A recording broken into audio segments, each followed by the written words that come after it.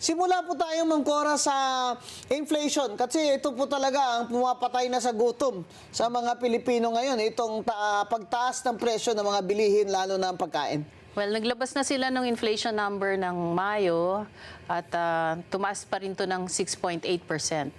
So medyo humina ng konti pero mataas pa rin yan kasi pinanggalingan natin mga 2% lang, 'di ba? At ang naging major reason yan is yung nga yung pagtaas ng presyo ng krudo sa pangdaigdigang merkado at naapektuhan ng gasolina, ang diesel at saka lahat ng mga bilihin sa ating ekonomiya. Dahil din sa ayaw pa rin ni BBM na ibaba or tanggalin muna ang VAT sa gasolina, crudo, at mga gasol at kerosene at may hiling pa tayo na wag mo nang kolektahin ng excise tax sa fuel at sa mga gasol at kerosene, pero ayaw pa rin ibaba. Ayaw pa rin gawin yan ni BBM. Dahil nga, ang sabi nyo noon po, ang dahilan kasi niyan ay... meron silang revenue target. Ngayon, pag hindi nila na-achieve yun, hindi lalabas yung unprogrammed funds. Yun. At saka yung unprogrammed funds na yan, yan po yung parang alkansya ni President BBM. Wala pong nakalagay dyan kung magkano pwede niyang ilabas. Basta may pondo siya, pwede niyang ilabas from the unprogrammed funds sa General Appropriations Act o National Budget. At pwede niyang itayo ng kung ano-ano, di ba? Yung mga infrastructure. In fact, dyan din galing ang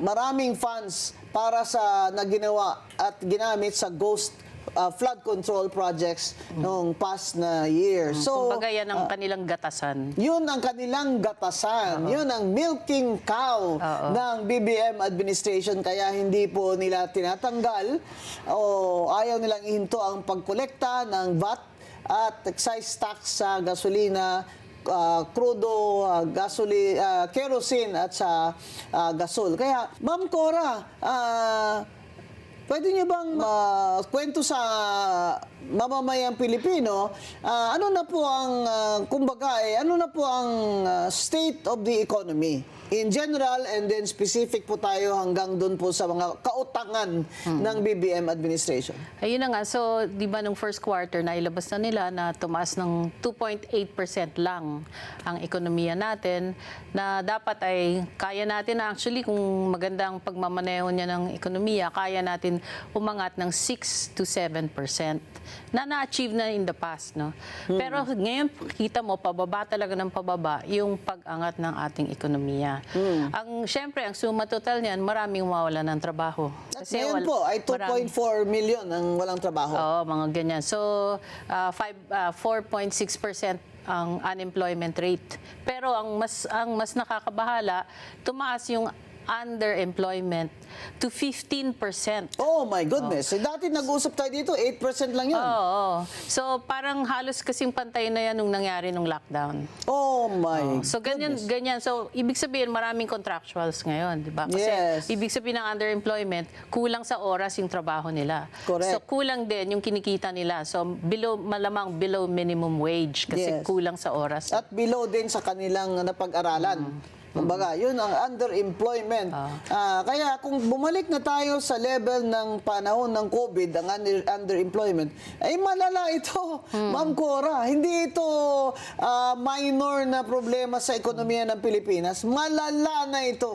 At saka alam mo, attorney, yung employment, hindi yan dahil sa inflation. Dahil yan sa kakulangan ng investors. Correct. Okay. Kasi ano yung na ba ang foreign direct investment ngayon? Yung foreign direct investment bumagsak ng 17% in the first 4 months of this year, no? So, ibig sabihin, talagang mahina yung kumpiyansa ng mga namumuhunan dito sa Pilipinas. Oo. At saka yung stock markets, below 6,000 index. Oo. So talagang halatang-halata na parang hindi na maiangat ni BBM ang ekonomiya natin sa loob ng 2 taon na siya nakaupo pa. Pero ano ba yung narinig ko na gusto pa niya, mag-extension pa siya? Aray ko po. Yan ang masakit sa corruption kasi Sa kanila, hindi nila nararamdaman ang epekto niyan kasi komportable buhay nila. Pero yung masang Pilipino, yun ang apektado kasi nawawalan ng trabaho o kaya contractual sila, kulang. Tapos tumataas ang presyo ng bilihin. Oo. Diba? So, hindi ko alam kung kaya pa ng ekonomiya natin ng additional 2 years, no? Pero talagang malala na yung sitwasyon. Mamaya pag-uusapan natin yung kautangan ng ating gobyerno. Yung pala, kasi- yung debt ng binabayad natin ng gobyerno natin, tama ba ako? 2 trillion? 2 trillion pesos every year? Actually, binabayad sa kautangan? Ito nga yung debt, punta tayo dun sa debt service, no? May kodigo ko kasi maraming numero ito. So, yung ating debt service nung January to April, umabot ng 1.05 trillion. Okay? So, halos kasing laki na yan nung buong taon na binayaran nung 2022. At ang nagpataas niyan talaga yung principal payments. Kasi yung principal, tumaas siya to 716 billion na galing sa 335 lang. So more than 100% yung tinaas. Ng bayad utang? Sa ano pa lang yan, principal. Sa principal loan? Oo. Yung interest tumaas din to 337 billion from 287. Kaya ang suma total niya 1 trillion point 05. 1.05 trillion. Ganyan. Galing yan sa 623 lang billion. So, Malala na yan. Alam mo nung debt crisis nung tatay niya, 58.6% of GDP lang. Ngayon, 65. Ngayon 65. Mambira ka naman, BBM, oh. Ganyang kalala. Tinalo mo pa si Ferdinand Marcos, Talo niya, alam mo kung magkano na ang na-accumulate niyang utang buhat nung naging presidente siya? 5.68 trillion. Yung tatay niya, sa buong 20 years, magkano? 395 billion lang. Pero nag-debt crisis na tayo nun, di ba? Oo, at saka siyempre mataas din ang inflation nun, martial law yun eh, tsaka unemployment dun, grabe. Pero yung utang noon ni Ferdinand Marcos ay nasa 300 something billion lang. Almost 400 billion. O sabihin mo na 400 billion, pero ngayon kay Bongbong Marcos Jr. ay 5.68 trillion na ang nakalap niyang utang during his term. mambira, big time talaga si BBM, oh. Hindi na billion-billion ang utang. Trillion ang utang. Kaya sabi niya, pag nanalo siya ay mas maganda pa ang golden years natin kaysa doon sa panahon ng tatay niya. Abay, At saka attorney 3 taon lang yan. Yung tatay niya over 20 years. over 20 years Siya yung utang 3 na taon yun. pa lang. Siya 3 taon pa lang, ganun na ang utang, nababayaran na yan ng mga kaapuhan Oo. natin. Kaya nga, kada Pilipino ngayon, maski baby pa lang o bagong panganak, ang 165,000 pesos. Oh my goodness! The Price nung utang, kumpara mo sa ekonomiya, okay. 65%. 65% ka. Malala na yan. Alam mo nung debt crisis nung tatay niya, 58.6% of GDP lang. Ngayon, 65. Ngayon 65. Mambira ka naman, BBM, oh. Ganyang kalala. Tinalo mo pa si Ferdinand Marcos, Talo niya, alam mo kung magkano na ang na-accumulate niyang utang buhat nung naging presidente siya? 5.68 trillion. Yung tatay niya, sa buong 20 years, magkano? 395 billion lang. Pero nag-debt crisis na tayo nun, di ba? Oo, at saka siyempre mataas din ang inflation nun, martial law yun eh, tsaka unemployment dun, grabe. Pero yung utang noon ni Ferdinand Marcos ay nasa 300 something billion lang. Almost 400 billion. O sabihin mo na 400 billion, pero ngayon kay Bongbong Marcos Jr. ay 5.68 trillion na ang nakalap niyang utang during his term. mambira, big time talaga si BBM, oh. Hindi na billion-billion ang utang. Trillion ang utang. Kaya sabi niya, pag nanalo siya ay mas maganda pa ang golden years natin kaysa doon sa panahon ng tatay niya. Abay, At saka attorney 3 taon lang yan. Yung tatay niya over 20 years. over 20 years Siya yung utang 3 na taon yun. pa lang. Siya 3 taon pa lang, ganun na ang utang, nababayaran na yan ng mga kaapuhan natin. Kaya nga, kada Pilipino ngayon, maski baby pa lang o bagong panganak, may utang na ng 165,000 pesos. Oh my goodness! 165,000? Kapapanganak lang ng baby, may utang na yun na babayaran niya. Kukunin yun sa taxes niya. Yeah. Kung may trabaho pa siya. So, Diba? yun yung nakakalungkot. Kasi nung time nung tatay niya, di ba, nagka-debt crisis tayo. It took us 20 years to get out of the IMF program. Martial law. Oo, kasi nag-martial law, kasi sobrang utang. Ang saving grace ngayon, nung anak, si BBM, ang laki ng international reserves natin dahil sa OFWs. Yan. So ngayon, Magkano? meron tayong $104 billion na Reserve. reserves, Oo. dollar reserves, no? So may pambayad tayo ng ating dollar na utang, which is currently $33 billion. Saan po galing yan? Anong source yan? Mostly OFWs kasi nga right now wala masyadong foreign investments, di ba? Wala. Oo. Tapos wala rin tayo masyadong export income, no? Export receipts. So, Kaya yung, po napakahalaga ng ating mga OFW. yung OFWs, they contribute almost $40 billion every year. Oh, wow! Ganyang kalaki. $40 billion every year galing sa mga OFW. Tapos ginagamit lang pambayad ng utang ngayon. Yun ang isipin Diba? nyo na lang, yung kayod nyo at padala nyo dito sa Pilipinas para lumutang lang ang ekonomiya ng ating bansa ay ginagamit lang ng BBM administration sa pambayad ng utang. Kaya naman po may karapatan itong mga OFW na ito na magreklamo di ba? Bakit pa sila pinapabayad ng compulsory na PhilHealth? Ha? Kasi nababawas yan sa kanilang mga sweldo na hindi naman daw nila kailangan yan dahil may sila naman silang health insurance doon sa kanilang mga company. Yung mga ganyang hinaing na mga OFW, maliit na bagay na pwede namang pagbigyan ay hindi pa na pagbibigyan pero sila, nagbibigay sila sa ating ekonomiya at bansa ng $40 billion. Collectively, yes. Total sa bawat taon. At sila lang ang nagpapalutang sa ating ekonomiya. Kung wala pa ang pangpadalang remittance ng OFW ay talagang Bagsak na talaga yung bagsak na. Dahil yung turismo natin ay bagsak din. Investments, bagsak. Investments Bagsak. below 12 feet below the ground. Tsaka yung ating gross domestic product ay mababa din. Di Kasi ba? nga hindi rin na makabigay ng trabaho ang gobyerno dahil marami na silang na-siphon off na pera eh. So ngayon, dahil nga marami ng investigasyon sa flood control, hindi man sila makagawa ng malalaking proyekto. Kaya walang construction. Walang trabaho. So, walang trabaho. Yung mga construction workers dati, Oo.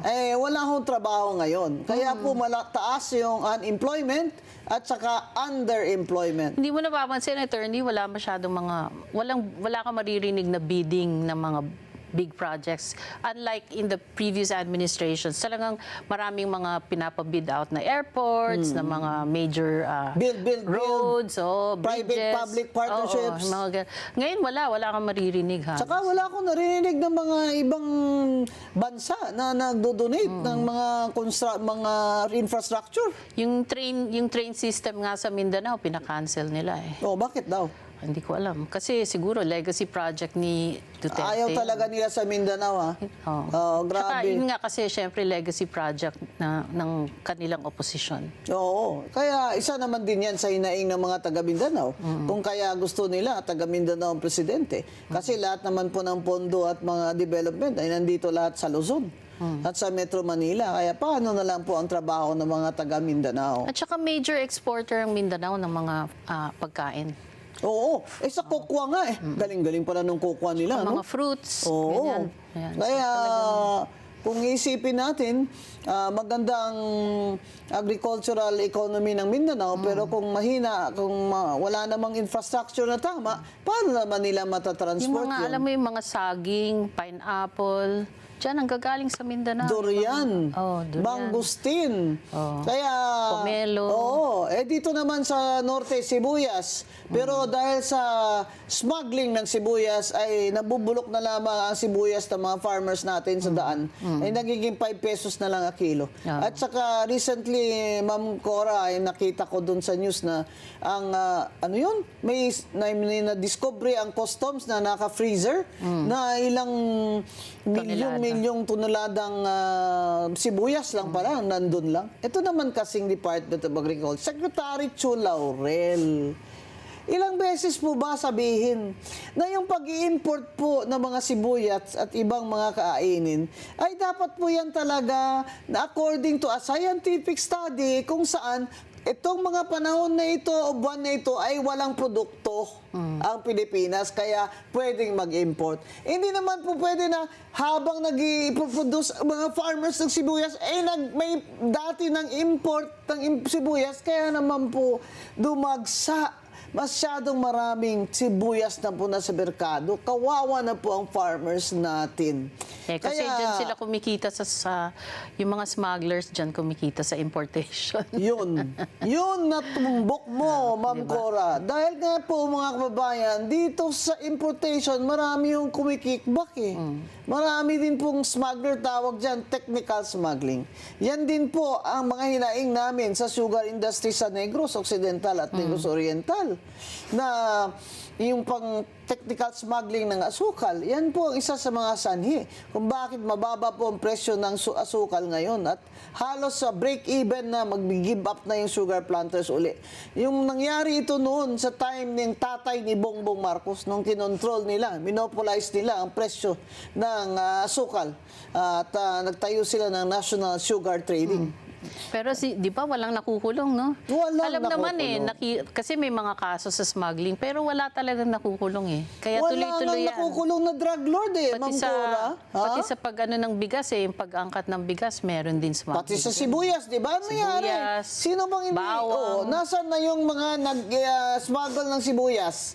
Nasaan na sila? Bakit hindi sila nakulong? Wala may kaso yun eh, di ba? May kaso yun Sabi eh. may kaso. Wala naman akong Pero hindi alam. nakukulong. Oo. Sino ba?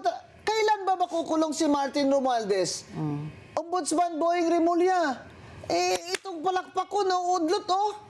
Ang tagal naman makulong ni Martin Romualdez dyan. Kaya po mga tao, naghihintay po ng may mananagot. Hindi po ba? Kasi sabi nga ni Lee Kuan Yew, ang Pilipinas daw, kaya hindi po talaga nagbabago, cycle na lang ng corruption. Dahil wala naman po daw, wala naman na penalty. Kasi doon sa kanila noon, di ba, yung mga magnanakaw, pinapa-firing squad nila. Yun. Sa atin, alam nyo naman, nagpapalit ang politika, nakakalimutan, ganyan-ganyan. Pero ito, kakaiba. Dahil kailan lang yung smuggling ng sibuyas na yun, 4 years ago, pag-upo pa lang ni BBM, nag-smuggling na agad sila dun. At siya ang Secretary of the Department of Agriculture noon. Pero hanggang ngayon, 4 na taon na, wala pa rin nakukulong sa sibuyas. Pambihira naman. So, ano na lang ang iisipin ng mga ibang bansa sa atin. Kaya, di ba, Ma'am Kaya Cora, utang na naman si BBM? Napaghulihan na nga tayo.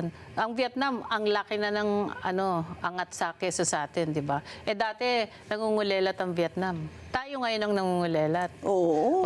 Medyo angat na lang tayo konti sa Cambodia at Laos, pero Grabe naman, Cambodia at Laos. ganun na yung status ng ating economy. Sa turismo lang, angat na yung Vietnam sa atin, Kung titingnan mo, lit-lit kaya ng mga city nila doon. At, pero makikita mo talagang yung infrastructure nila kasi, di ba? Tumutulong yung mga sa train kanilang nila, tourism. gaganda, tapos yung, organized ang kanilang tourism, meron online reservations, mga ganyan, tsaka mura yung package. mura ang hotel. Saka mura din ang pagkain. Oo. Dito, Dito mahal lang mahal magbiyahe domestic. Napakamahal ng airfare, napakamahal ng shipping. Oo. Ganun. Lahat po dito sa Pilipinas ay napakamahal. Napakamahal ho. At kaya ang mga tao ay nalulugmok na sa kahirapan. Habang nakikita nila, anong sinabi ng mga 18 na dating sundalo? Maleta-maleta, nakikita nila sa video, maleta-maleta ang pera ang hinatid sa mga congressman, sa mga opisyalis ng gobyerno, may mga senador pa daw.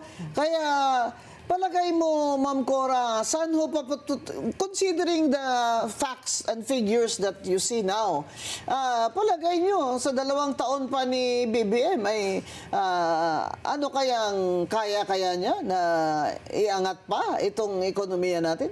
Siguro, ganyan, 2%, 3%. Hindi na lalampas ang 3% yan, mahirap. Tsaka yun nga, dadami yung walang trabaho. Sa loob ng 2 taon po, mukhang walang pag-asa. Tsaka lalaki yung utang. Dahil lalaki yung utang at ang mga inflation rate ay parang hindi naman po talaga kaya niyang ibabayan. Alam mo, sinisisi nila yung oil crisis. Pero actually, yung December, wala pang oil crisis eh. Ang growth noon, 3%. Oo. Tapos yung oil crisis nangyari second half of March na lang yan eh.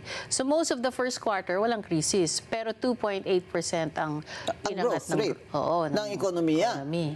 So, ano nga asahan nila? Maski ngayon, bumabagsak na yung presyo ng crudo, di ba? 78 na lang. So, maski bumagsak ang inflation, mahina pa rin ang economy. Kasi yung trabaho ang importante. Kung walang trabaho, walang investments, mahina ang economy.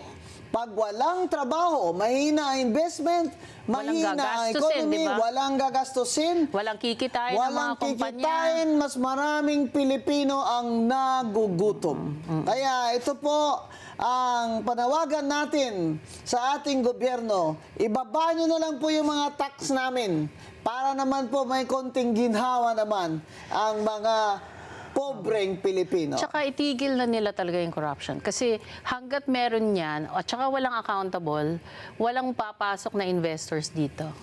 Corruption remains to be the number one reason why Yes. we are a poor country Yes. and our development is very, very slow. Our debt, national debt is very high, and of course, confidence of investments is very, very low. Yeah. And so, why will BBM wonder why hindi tayo napanalo ng seat man lang doon sa National Security Council? Ang baba naman ang tingin ng ibang bansa sa atin. At sino po naman dapat sisihin doon? Di ko nga alam kung anong sasabihin niya sa SONA eh. Baka naman may kumakulong na, Ma'am Cora, Ewan by ko, this time. Ha? So, pero pagdating sa ekonomiya, hindi ko alam kung anong sasabihin niya. Siguro, ano na naman siya, magbubudol na naman siya. Yun na. Sayang kung hindi niya naman pala kaya yung mga pinagsasabi niya sa atin 4 years ago. Imagine, dami niyang promises noon. Wala naman nangyari. Yun. Kaya nga nagsalita na ako di ba? Kasi wala naman sumusulat sa mainstream media. Dahil pala, lumabas dun sa investigasyon, meron pala mga media personalities na tumatanggap. Yun. Diba? Kaya, mga kababayan, wag niyo pong tantanan ang inyong mga pagkomento at protesta sa kapalpakan ng administrasyon ng gobyerno natin dahil pagmamahal po ito natin sa ating bayan.